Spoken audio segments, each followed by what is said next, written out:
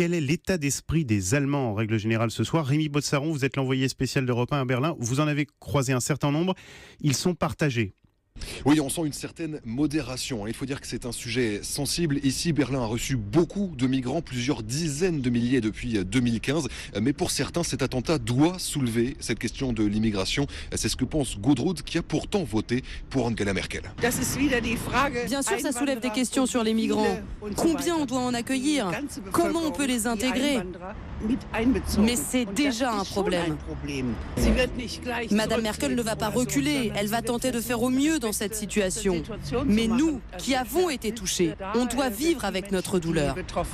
Et pour cette retraitée, c'est clair, Angela Merkel doit répondre aux peurs des Allemands si elle ne veut pas voir sa popularité s'effondrer. Mais beaucoup de Berlinois restent attachés à cette politique d'ouverture, à l'image de Sebastian.